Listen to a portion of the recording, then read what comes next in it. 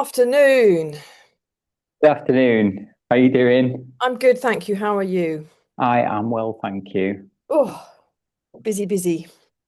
Yes, yes, it's the busy time. Um, is it busy for you? I suppose. Are you? Yeah, Yeah. yeah. Busy for well, from a boring accountancy perspective, a lot of March financial year ends, all concluding at the end of need to be filed by the end of December, and then personal tax returns filed by the end of January. So it all sort of Okay. comes No. together at once. Do you? Yeah. Is it? Do you have issues with people handing them in? Do you have to chase them up? I mean, obviously, Yes. yeah. I was going to say, otherwise, you got everyone handing them in on the 3rd of April. Yeah, exactly. I mean, and then you get the people who are rightfully ahead of schedule and they don't actually have anything. Yes, like yourself, um, um, who I have to sort as well. So Yeah. there's a lot of things all at once. So yes, it's very busy, but I'm still making time for running as I will always do. Absolutely. Quite right too. How is the 5K training going? Good, I suppose. Yeah, the very basic terminologies. I'm building a base, building the foundation so that I can Okay. pick on from. So just slowly building up distance every week. So it's just been going like 40K, 50K, 60K. So yeah, it'll probably top out around sort of 95-ish K a Really? week. Yeah. And then just Okay. hang at that for ages. Well, can I suggest some heat training? She says, slotting that neatly into the conversation. I can happily announce that we have got a new seasonal podcast sponsor, Woo! which is the Core Sensor. And yeah, I don't know much about it. Uh, it is a sensor that allows you to monitor your heat training. Um, our official coaching partner, Nick Hancock from Maximum Mileage Coaching, is reviewing it right now. Um, but yeah, this is very exciting, and thanks to them, we are able to invest in some quality podcasting recording material, which should be winging their way onto you right now. Hooray! Hooray! Yeah. Yeah, thank you very much to them. Yeah, yeah. And I think when this goes out, it's also Black Friday, so they'll also be able to offer you a um, Black Friday deal. I think there's a 50% discount on the core one, for which Oof. you can read Nick's review from last year. And I can't remember, in all honesty, what the discount is on the new core two, but 20 or 30%, I think. Usually. Yeah. It So is interesting though, isn't it? You don't normally have that data available to you to know what your sort of a good temperature is or what you should be running at. So I imagine for the hotter races, absolutely, it's a really good thing to measure. yes, and I think heat training gets you fitter quicker. Mm. If that makes sense. I know I spoke to Dan Lawson about it, and he does things like jump into the um, sauna after his run, and that apparently is better for your training. So, Mm. ah, hello, Jared. Welcome. Hi. You're the right way up. Yeah, I had to write myself. You had to write yourself. Brilliant. Thank you so much, and welcome to the Run Archer podcast. Yeah, I mean, I've written pages and pages of things I'd like to ask you, and I'm pretty sure Robin will do as well. Um, Oh God. Okay. um, but Pages. well, I mean, obviously you're here because of your new book. Um, I will say that I have just ordered it. I thought it was on pre-order when I went off, and then I realized it's actually out already. Ah, okay. So then we can just make stuff up then. You haven't read it, so we can create whatever we want. That's fine, unless Robin has. I haven't read it, no. No. No, so let's just make it whatever you wanted it to be, unless you're completely happy with it, of course. Oh no, I mean that's brilliant. Because the last thing you want to do is to give the book away anyway, and we all kind of Mm, know what we're trying to get at, which Hmm. is who is this guy, Lazarus mm. Lake slash Gary Cantrell, and what are these races about? I mean, they're so varied and they're so eccentric, some torturous. So that's what we want to get at anyway. So all good. Where did it start for you? How did you meet or hear of Gary slash Laz? We need to pick a It name. was Yeah, I go with Laz, and the reason is, like I told him, I know a lot of Garys, but I've never met anyone quite like you. So I'm gonna call you Laz. Um, Riding in the ultra running space, it was impossible not to be aware of him. It's hard really to know when I first heard of him. Definitely seeing the documentary and seeing a runner that I had run with before get absolutely destroyed, a runner that had been my hero, someone that I had seen push beyond limits I thought at that time were impossible. But the book really began with a group of Ukrainian runners that I was following. They were training for a backyard team championship. They had a war going on. It had basically just started, was Mm. ramping up. They had lost half of their team already to the war. So they didn't even have enough people to do this thing, yet they were determined to do this thing, which meant that they were going to have to go against curfews. They'd be running in between bunkers, and their determination just floored me. I had to know more about this. And of course, it turned out to be a Lazarus Lake affair. And that is really was the catalyst. I did an article for the New York Times on those Ukrainian runners. Mm. And that began a journey really with Laz that was it became completely outside the boundaries I had set for what I thought it could possibly be. And you had to run your own backyard ultra Yeah, to get in with him, didn't you? yeah. So the article on the Ukrainians was not an easy one to get. I originally wanted to do a piece on the bigger scope because there were 37 countries that were running these backyards all at the same time against one another. So I wanted to be in Tennessee when this was happening. I wanted to be there with the American team. I wanted to be on the ground. He wouldn't let me in.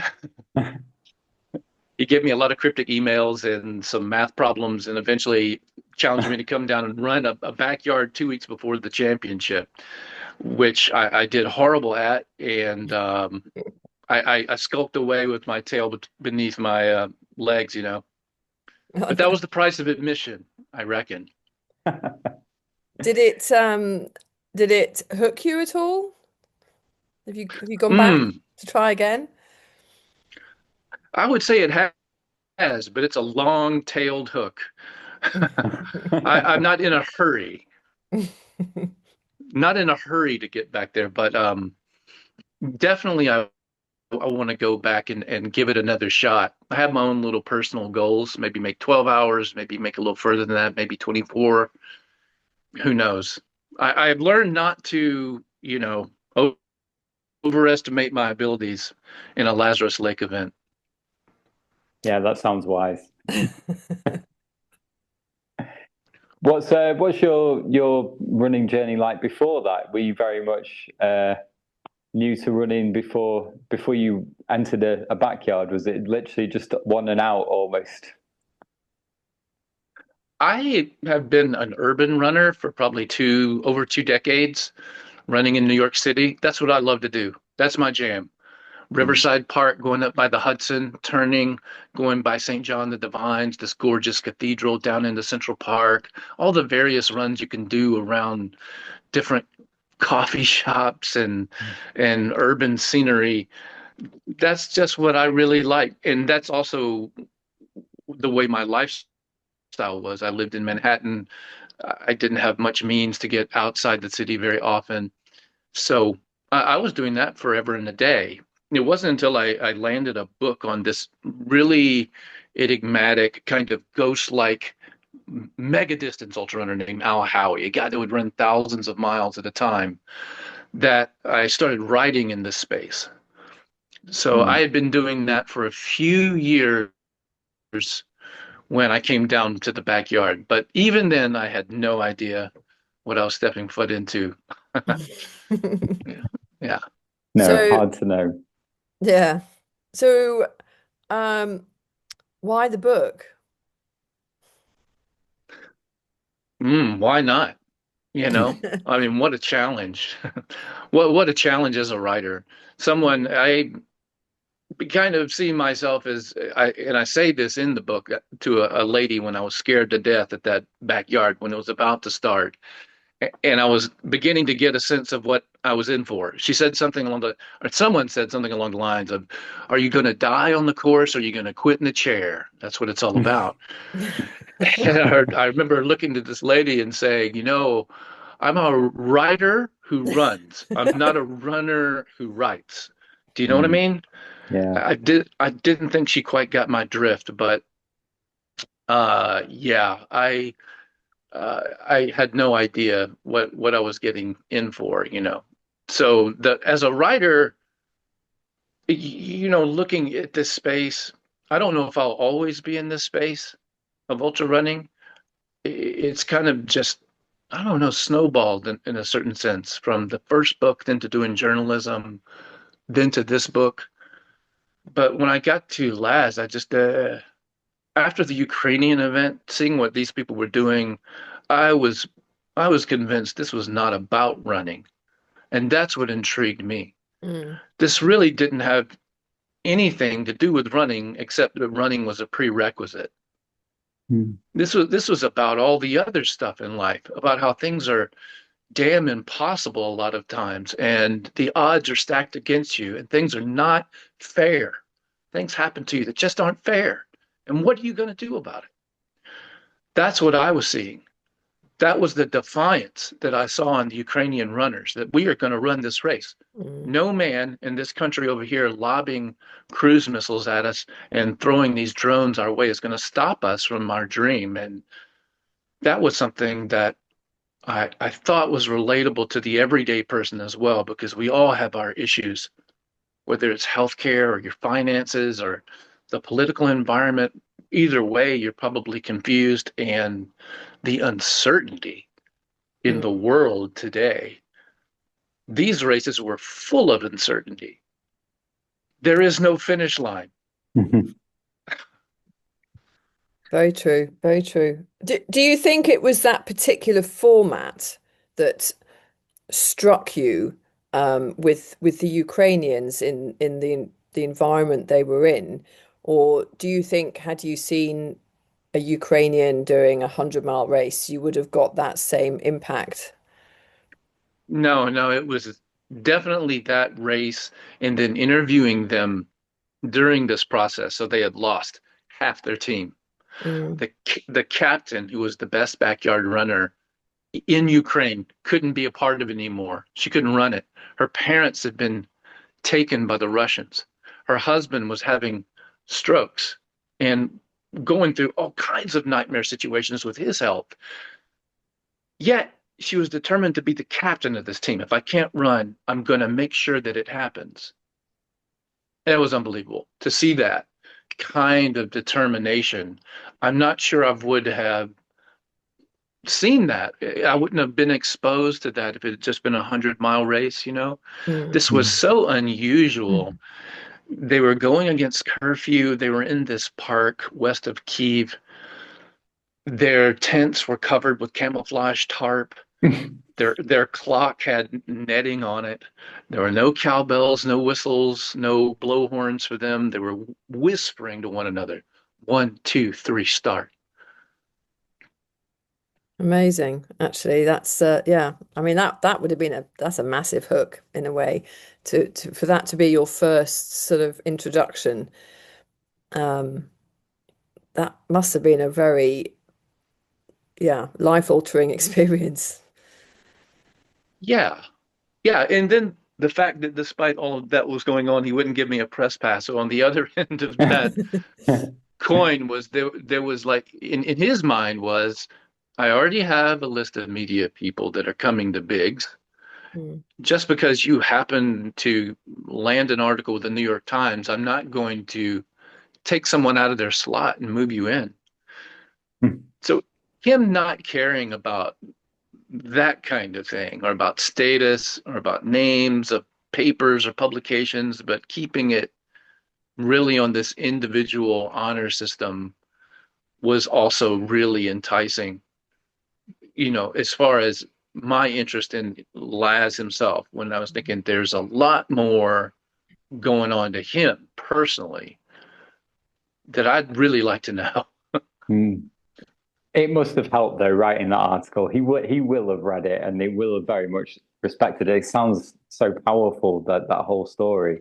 And from a race that he created as well, for it to be that important to people. As you say, not really about running in the end, more about determination and seeing things through in such horrendous conditions. So it surely him seeing that will have at least got your foot in the door. You just needed to nudge it a bit further. I think it helped. It was not long after that I got an email from him with now two press passes for the next year for the Barkley 2023 and then Big's championship, the individual world championship in 2023. So all of those individual champions from those 37 backyard countries were now going to be journeying, Mm. to the woods behind his house where he had, carved this trail out of the woods. It was a Field of Dreams story now, that part of it. I was really pulled into that.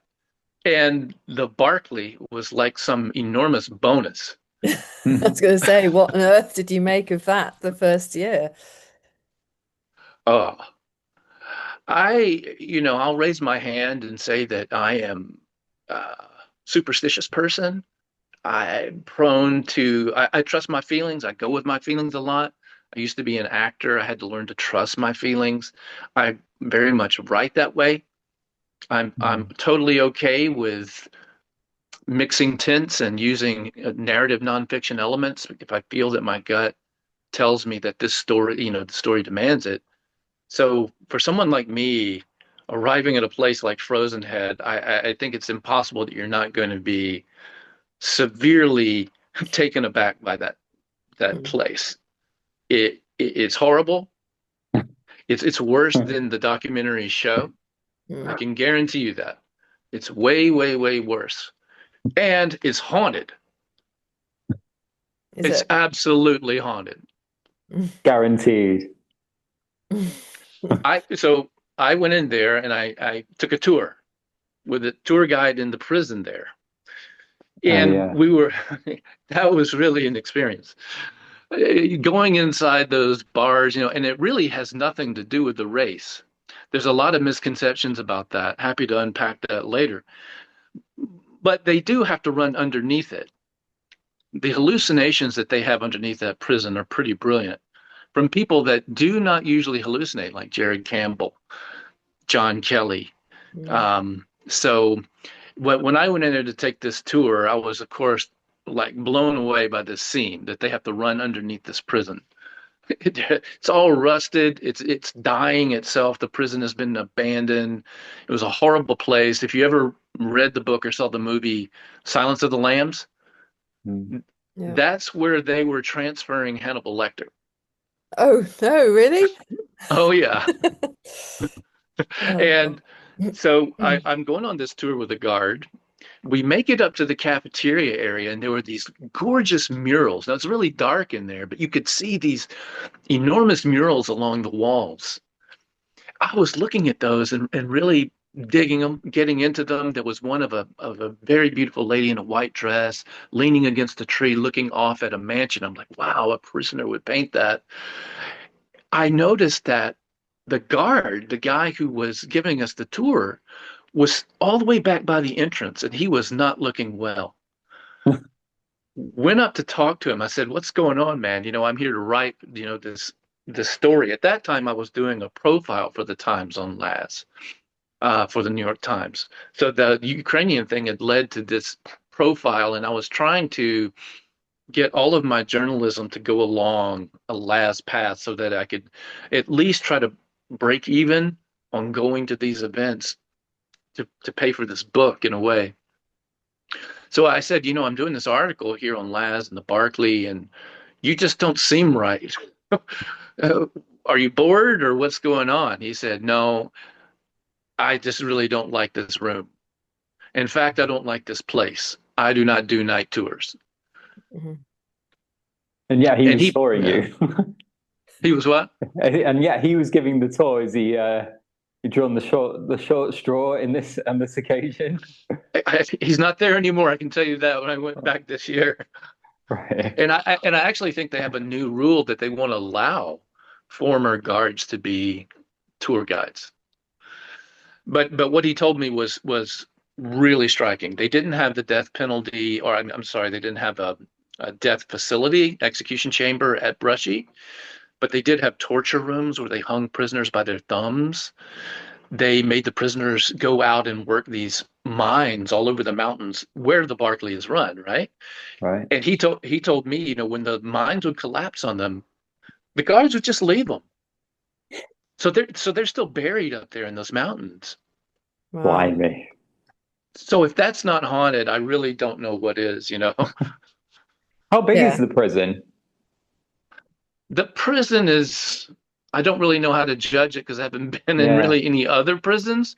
Although this is funny, and I think a lot of people don't know this. There's actually two prisons. So when you go in, there's only one road into where the Barkley starts. Hmm. And that is not the road that this prison is on. The prison was only added to the Barkley on the course in 2010. It was closed in 2009.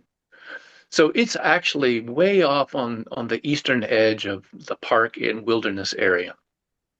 But getting into where you see the yellow gate and all that, there's only one road in there and one road out. There's another prison there, an active prison, also a maximum security place, and you go by that with a razor wire and everything on your way to the yellow gate. That's all I have really to compare it against, and the new one is much more sprawling, Hmm. I would say. The other one is I don't know, it's big enough. Yeah. Yeah, it looks at that. Well, actually, the nickname for it is the castle. The locals call it the castle. Oh my goodness. Why does anyone want to run this race? That that's what I ask myself. So Yeah. what do you think, you know, I mean, obviously what Laz has built there is unique. Um, is it just the sort of the mythical, it's almost impossible? Is that what draws runners, do you think? What's been your sort of outside perception? I think that's a big draw. Yeah, Mm. absolutely. There are several different types of runners that come to the Barkley. There are those ones that are looking for that challenge. They want to climb K2. They don't want to go over and take the tour guided Mount Everest just because it's the tallest mountain in the world journey. That's not for them. They want to climb something that hasn't been climbed. Well, of course, K2 has been climbed, but it's very deadly. But there's all kinds of peaks that these climbers go out and find, that where it's just them and their climbing buddy. If you've ever seen Touching the Void, the film, two UK guys there. I mean, it was just the two of them. Mm. So those kinds of people are the ones that get attracted to the Barkley. Then there's another type, which is less known, people that know they're not going to finish. They may never even make two loops, but Laz allows them in. They're generally older runners that have been around for several decades. They've been trying and trying and trying. And Laz now has let them in as legacy runners. So they don't officially count against the 40 Right. because they're not predicted to make one loop. There's one guy, Leonard Martin, he's in his 70s. He's run it 27 times. What? He's never gotten a fun run. I didn't So know there's a that. there's a Wow. there's a family vibe Yeah. that's there. There's an inner core of people, the volunteers that drive hundreds of miles every year to put this on. Keith Dunn, the Mm. Twitter guy, he's run it. And of course, he didn't fare well, but he fell in love with the people, the environment. Laz, there's a little bit of the personality thing that goes on there. I'm not sure it's that intentional, but everyone feels that he's gravitational. People just tend to kind of orbit in some kind of way around him. So that group of people that are around him in the race and want to keep it going and see themselves as being really the ones to keep it going maybe after he passes on, those people really interested me. I was shocked to find out that there's a half a dozen people that are buried up there. Their ashes are scattered on in certain sections of the course. That was remarkable to me. If I don't even want to Ex-runners. run here, yeah, Yeah. Oh, yeah. wow. There's one notable man. He had never made 3 loops and he had passed on. It was a big shock to the community because they really do care about all of these runners. And when I say they, I mean this inner circle and Laz. They care about those runners that don't have the documentary film crew with them, that are Mhm. not expected to make 3 loops, but are just trying to do better than they did before. And one of these runners had died. His family then posted on a email link chain, can someone take his ashes up there?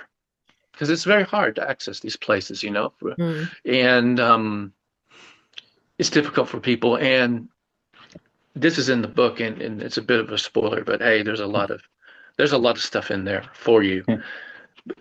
John Kelly's the one who answered the call. John Kelly said, I'll take him. He had never met the man, Mm. hardly knew him.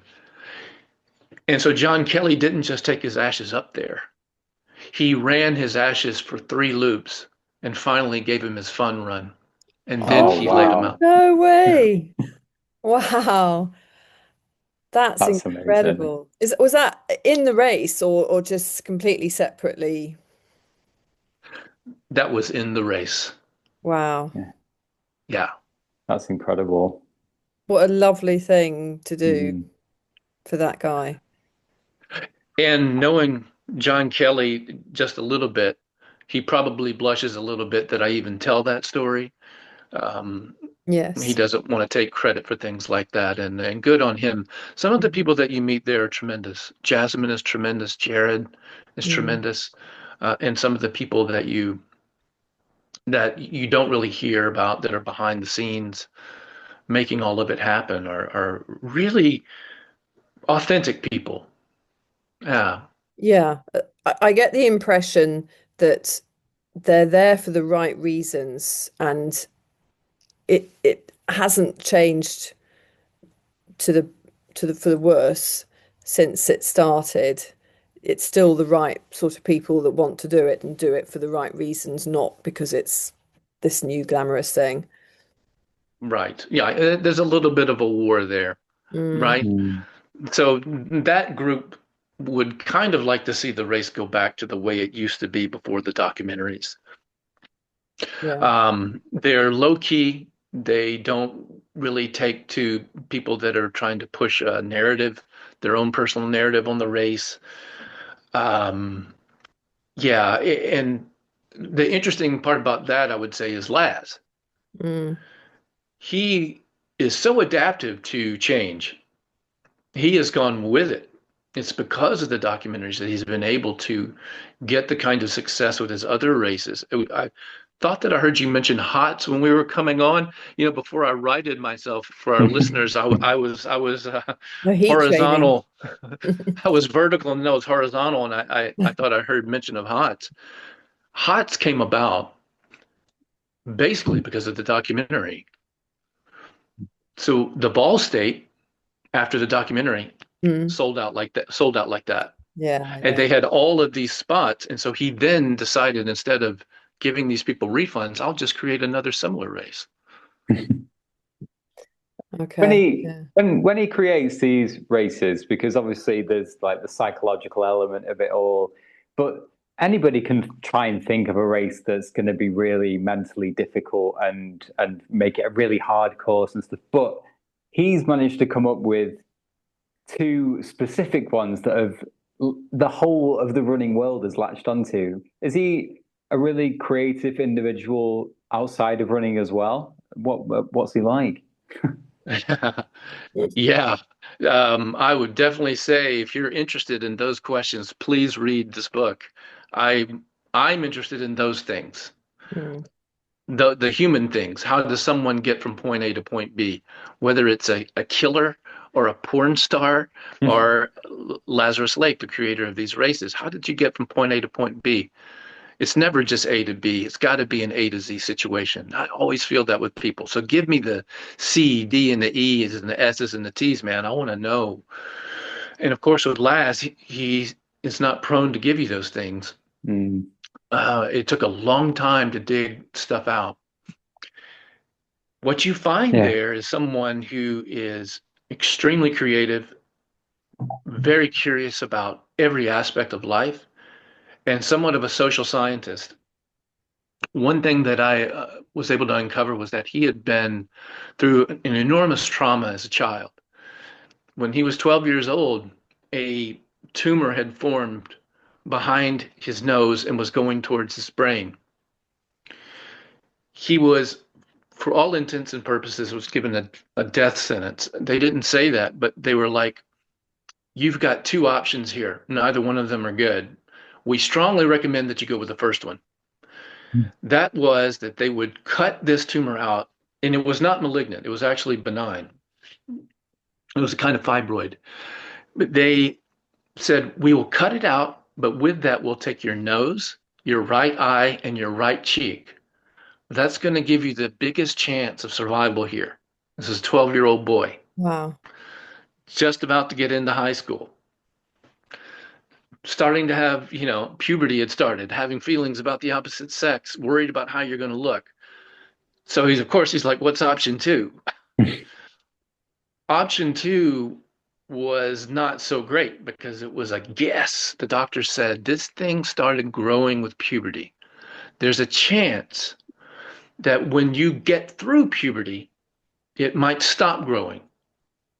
And what that will mean for you, Gary, is that we will do a surgery once or twice a year to trim this thing back and just try to keep it at bay until puberty stops in hopes that it's going to go away. And to live with that kind of uncertainty that every day is going to be whether you live or die. Wow. I think the ideas of there is no finish line were really born at that time, at that age. Yeah, that's got to give you a perspective that no one else could really imagine without having a similar sort of life or death experience, I suppose. Yeah, yeah, and so that was a key thing, Yeah. and it's not one. It's kind of it feels strange to talk about it in such a short way. It's a big part of the book, and it's a huge part of his story. Mm. Of course, there are other elements of him, of his personality. He's a trickster. He's a devious character type, always Mm. has been. He was the kind of kid in Boy Scouts that would take the poison ivy, show the newbies this is poison ivy, and then just smush it all over his face and then laugh. Um, so he had a lot of creativity, a lot of curiosity about things, and also a really hard streak of rebellion against a religious family, a military father who had made himself into an aeronautical engineer that helped put the lunar lander on the moon. There were a lot of expectations for Gary for him to Mm. live up to, and he really pushed back against those. Mm. So he is quite the contrarian, when it comes to the status quo. And yet, ironically, he's probably met them now. How do you mean? You mean that he's that way? Well, because of his success with the races and his notoriety at the very least, and what Yeah, he's given back to the ultra running world. yeah.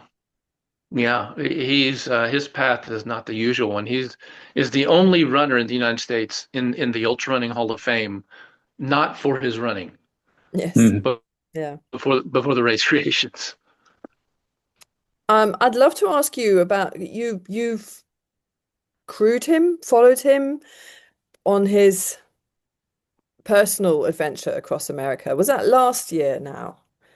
I'm losing Yeah. track of time a bit. That was a while ago, Oh, wasn't it? me too. Me too. It feels like a couple of years ago now, after the book has come out and all these other things that we've done. But yeah, that was 2024. At Okay. he was on the verge of 70, wanting to go across America again for the third time, Mm, and the second transcon east all the way to west.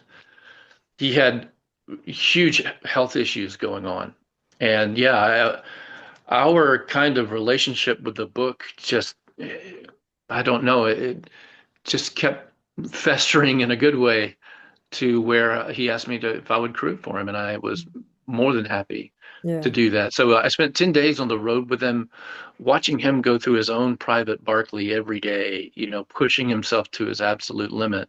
Despite all of these health problems, the fall before that was the big championship, the individual. Yeah. Right before that, the doctors told him that he had a 90% blockage in his carotid artery. He told them, "You're not touching me till after Biggs." And so he had that stent put in. If you followed him on Facebook, you would have seen these frightening pictures of Laz with no beard laying in a hospital bed, Oh. looking like one of those old bandits in a Western that had been shot and laid out on a plank, on display. He, he looked horrible. Then to be on the road with him where he's pushing himself 10 hours a day, drinking this 16-ounce caffeinated drink called a Bang. It's 300 milligrams of caffeine in this thing. It's like rocket fuel. Why is he drinking this? Because he has another blockage in his femoral artery in his left leg. That if he doesn't walk every day, like 3 or 4 hours a day, get blood into that leg, Mm, then they would have to amputate it. wow. I, I Wow. had I had felt early on that there was something of an Ahab quality to Laz, but then when I got the info about his leg, I'm like, this is just spot on. He's literally walking on a peg leg. So he takes this caffeinated drink. The reason he does it is to dilate those capillaries, dilate the capillaries in his leg. So when he starts walking, he can pump blood and get blood into them.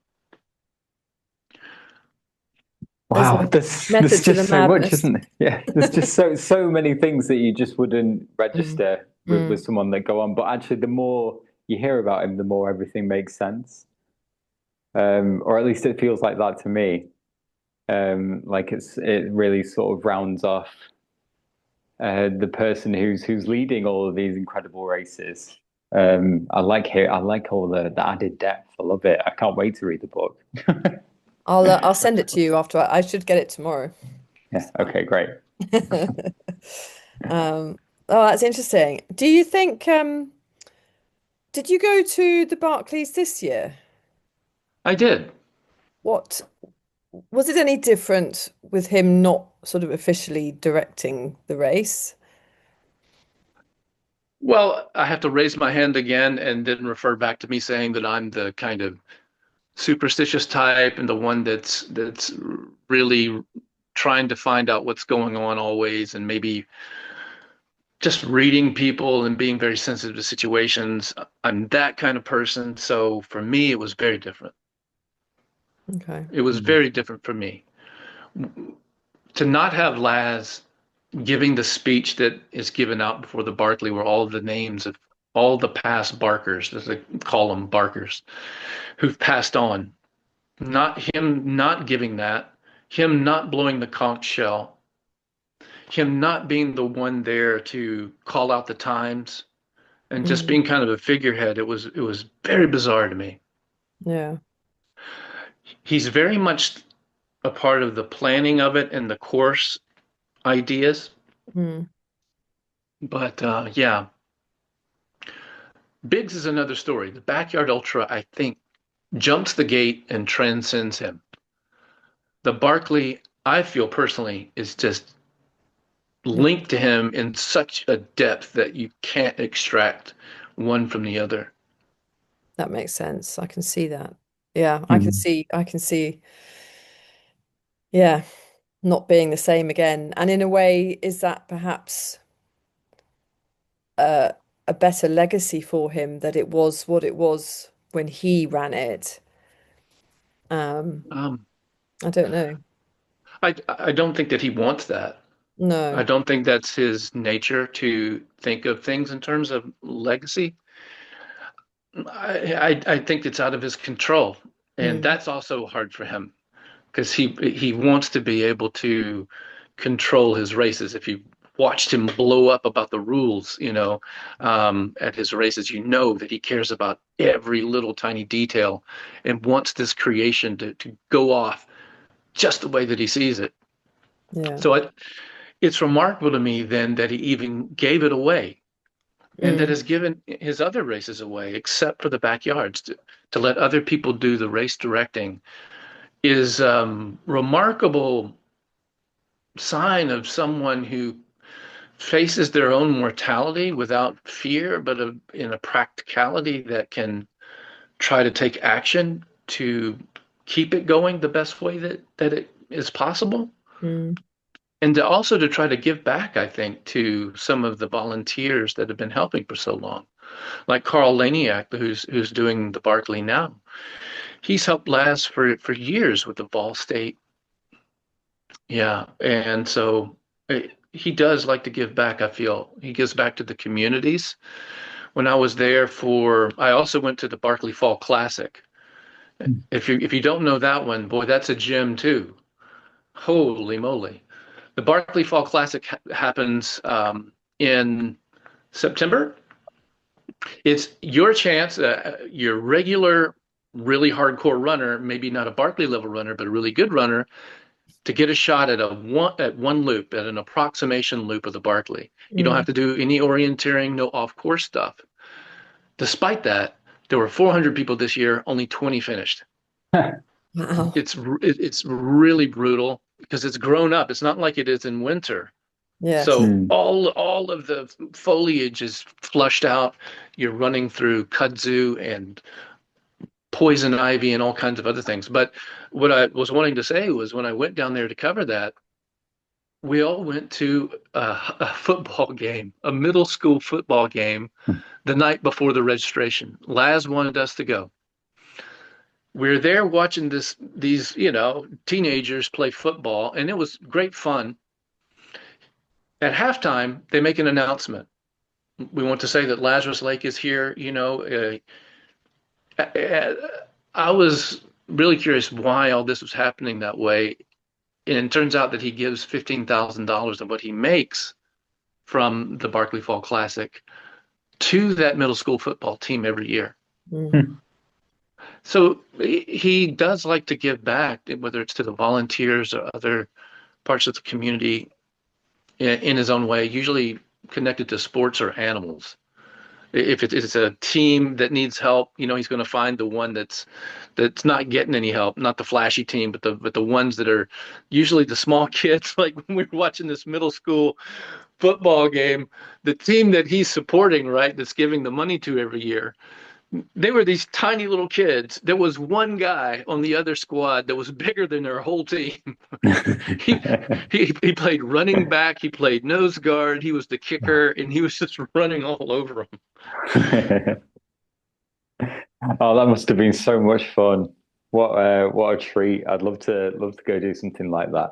I love the picture of everyone running the Barkley Fall Classic and the fact that everything's so overgrown that even if they happened to be one of the people who was selected to run the normal Barkley, they probably wouldn't recognize where they were anyway because it looks so drastically different. So even in that scenario, he's still not giving anything away. yeah. Oh, right, exactly, exactly. I stood at the foot of Rat Jaw. I was like, where is it? I, I couldn't see it. Laz, and has a lot of fun with that. It's Yeah. right there. It's easy to see. But I did watch this French runner come down this wall of kudzu. It was so sheer. So if rat jaw is a human leg, this would be the toenail. It was so unbelievably steep, so overgrown that he was disappearing and popping up like this, like some kind of squirrel, ground squirrel. And then it fell, came rolling out, had this little stick. There are no trekking poles allowed. Had this little stick that he had picked up that he was using to kind of brace himself. He turned back to the mountain and he just slung it. He was the winner of the race. Wow. Oh man, and he's put himself through hell to win it. I'll bet. So it's 50K. There's a check down option for a marathon finish. And it depends on the year. They have this school bus to bring those people back. This year was a little bit different because they were at the prison, and the choice to quit at the marathon or to go on for the 50K was right in front of the start finish line. But they have this bus to go and get people that have quit. It's got this banner on the side of it that he's made up, and it's got his face on it, and it says the bus of disgrace. Oh, Brilliant. That's strange that there's a marathon distance and a 50K. Like they're not really that far apart in distance, really, are they? Oh, oh. that's a really good question. Well, no, And 5 miles is probably about 3 hours, isn't it? let me tell you, that is a really good question because it speaks to part of his brilliance in what he's able to do with events.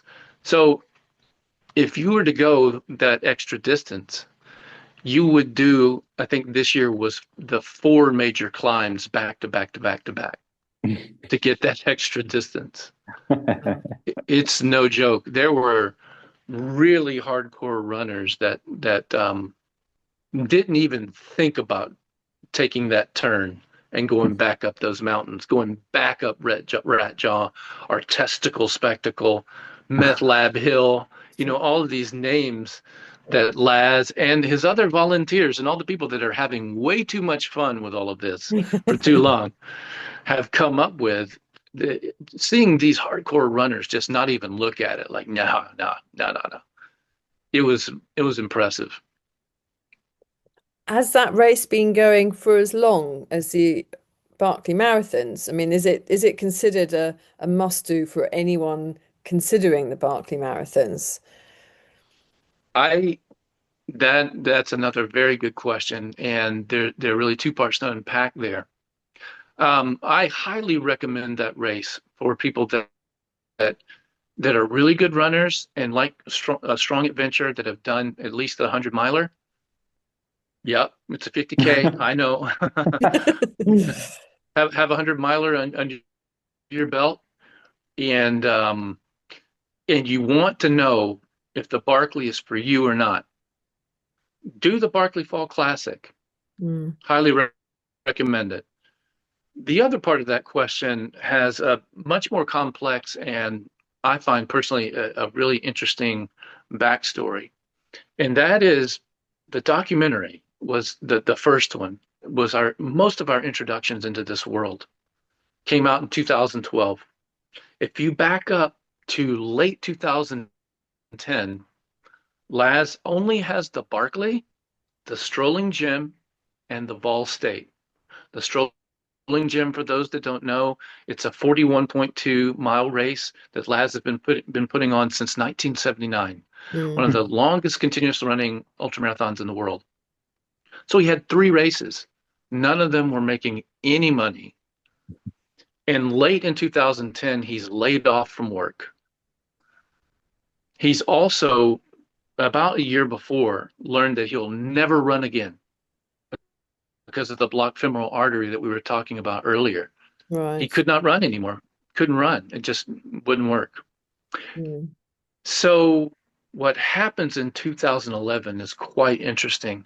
we see a marked change in him. He first off tries to go get other work. He's got his resume again. He's shaving again. He's cleaning up, trying to get a job. He even goes to a Fleet Feet running store and is turned down because they think he's going to scare the customers.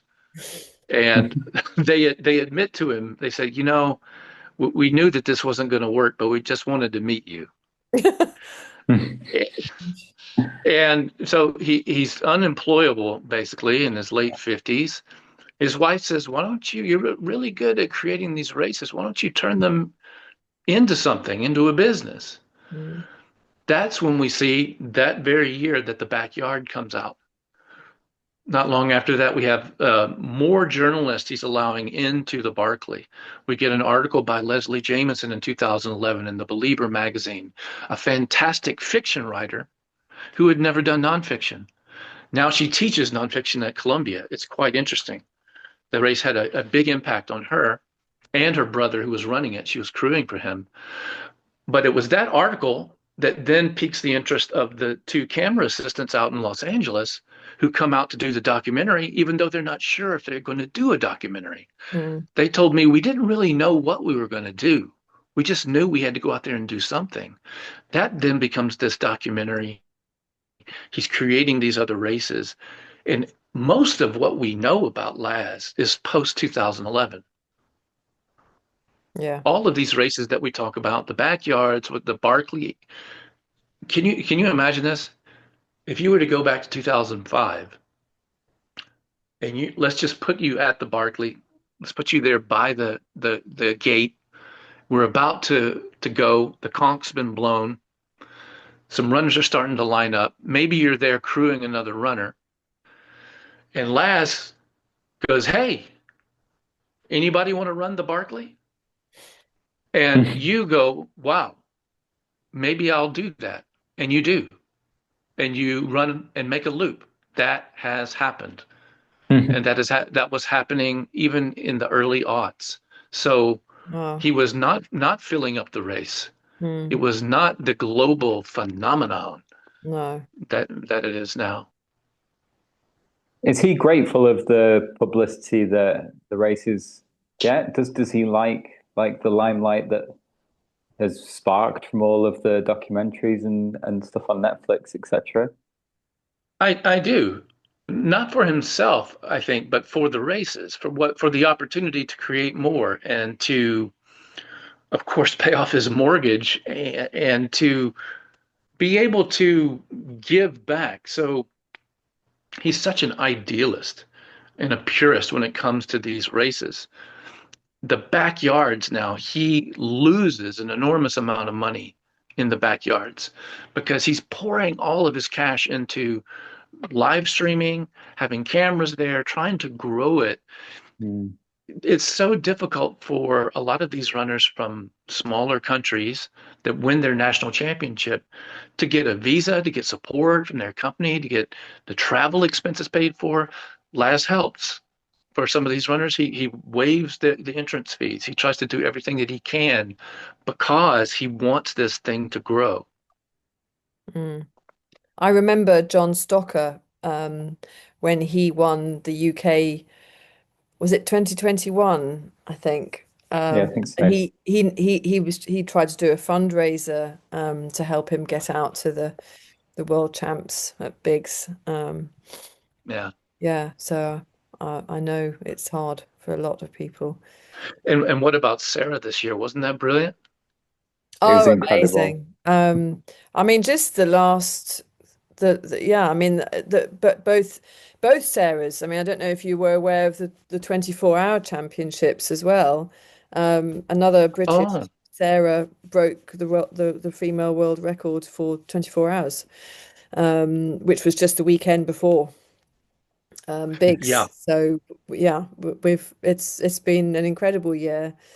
I was also reflecting actually that what a year for Laz to retire on Jasmine's completion as well. After all his sort of gentle ribbing that a woman would never do it, it's serendipitous, I think, that he bows out when she does. Yeah. I think it's amazing that way. He said a similar thing that he did after Jasmine finished about Sarah. He said that if her back had not gone out, she would have been there with Phil at the Mm. end. Yeah. He really was impressed with Sarah, Yeah. as we all were if we were watching. It was just she just kept coming back. You would think that a live stream of a race where everybody is tied for the lead, it's going to last days. This is going to make some pretty boring viewing. Anybody that tunes in finds that is absolutely the opposite. It's Yeah. so, especially when if we get more coverage in the future where we can follow the runners on their loops, it would be great. But that 10 minutes before Yes. the next loop is Yeah. Yeah. Yeah, you nothing better can in sport. you have to go away, do some work for 45 minutes and then come back. Yeah. That's the trick, isn't it? Were you there, Jared, this year?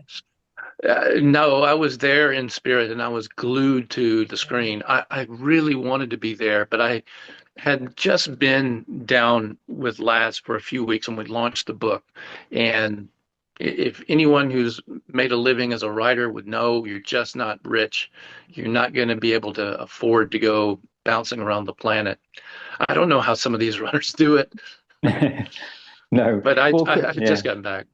Quite a lot of the runners are just really accomplished people in their careers as well. It's incredible that they seem to hoover up the talent for everything, so they can afford to do these things. Quite a lot of them, I found. Yeah, Yeah. yeah, Well, yeah. Go ahead. after you've got like the Vol State and Hearts, as you say, the last annual Heart of the South race. These are the two sort of massively long races. What I read, you sort of plonked. Is it Hearts where you blindfolded and drop somewhere? You have to figure out where you are, Right. and then what do you think? How long have they been going, and what sort of drove the ideas for those? They're all so. I suppose before you answer that, everything is so apart from the backyard. They're all so navigationally focused. Is that? Do you think that's driven from his sort of father military background, sort of thing? Yeah. Yeah. So HOTS came about, I'm not sure on the date, but it's not, I would say it's around 2014 or 15. But I know that it came about after the explosion in the number of entries for the Vol State. And in many ways, it's a copy of the Vol State with a lot of other little asterisks thrown in there. His son, Case, did tell me that Laz has long wanted to do a completely secret race. You have no idea what you're in for until it starts. So I think that allowed him, when he knew that he had this overflow from the Vol State, I'm going to do something similar, but hey, let's make it completely secret.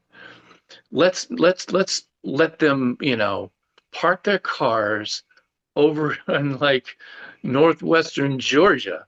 We're going to put them on some buses and they have no idea where they're going. And it's only when we get to this city that we have predetermined, which can be in Missouri or Arkansas or whatever, and we drop them off. We all go to dinner, which they call the Last Supper, that we're actually going to tell them where they are and give them the route how to get back. It's pretty brilliant. As far as the orienteering aspects, there's not a lot to it when it comes to labs and HOTS. There's a route there. Right. I do think a lot of that comes from his days in the Boy Scouts. The Boy Scouts were a big part of his life. He was in the Boy Scouts from middle school all the way through high school, which in the United States they have something called the Explorers, which is Boy Scouts for older kids.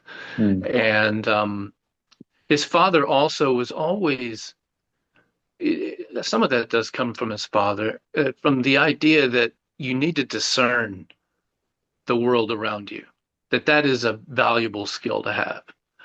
You need to be able to, if you want to find arrowheads, the Native American artifacts, if you're interested in that kind of thing, then you need to be able to have an eye for worked flint. How does worked flint look, under the midday sun? What are those flecks of color, and how to spot that? How to do things like that was ingrained in him from an early age, to be inquisitive, to be explorative. And I think the Boy Scouts bolstered that. There's one thing I really want to add, because I think it's important, is that these races like Labs and Hots, and there's another one called Race for the Ages. If you don't know about that, I'd be glad to tell you about it.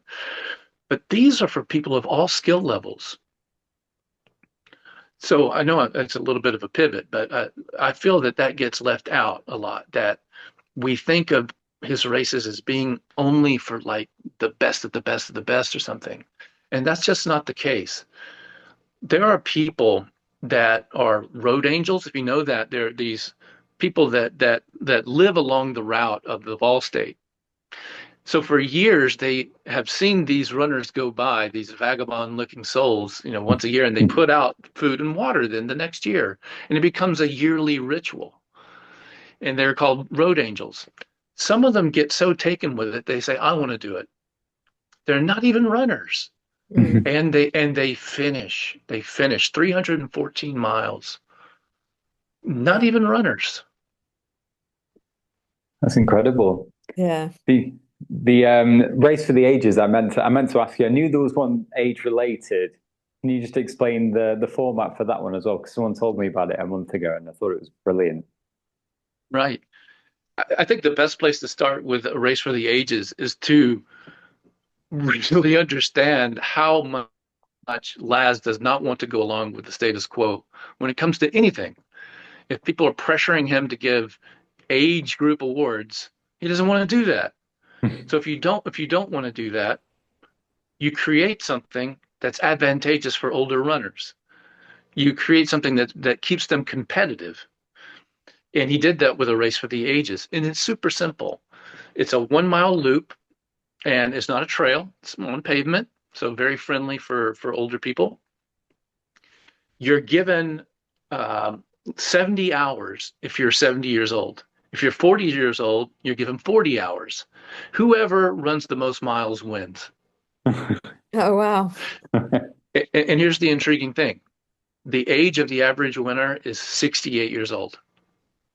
Wow. Okay. Interesting. Isn't that interesting? Yeah, it's brilliant. It's definitely a clever workaround for not wanting to give age group awards. Yeah. If nothing else. Yeah, it's sort of really balancing that line between age and that extra time, with ultra runners sort of generally, although the average age is going down now, but it was sort of a bit older, and yeah, someone of 68 still be completely fit enough to keep going for, yeah.